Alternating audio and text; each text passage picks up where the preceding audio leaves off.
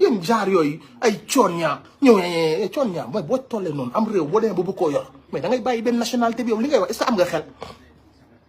am réew boo demee ba toll si noonu mais bàyyil benn nationalité bi bul jéem a mettre Sénégal yi ak leur diaspora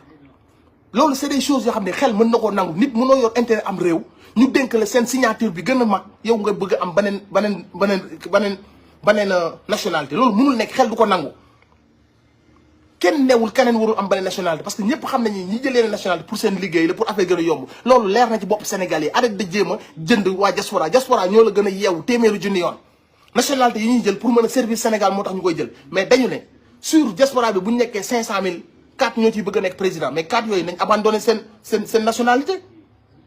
abandonné sa nationalité doo xaar ba carte gi leer wala bu leerul bi nga demee ba xam ne jël sa réew dafa nekk dëgg ci yow ca suba nga war a abandonné sa nationalité soo toogee 6 mois dindi wuñ ko nga relancer leen yónni sa avocat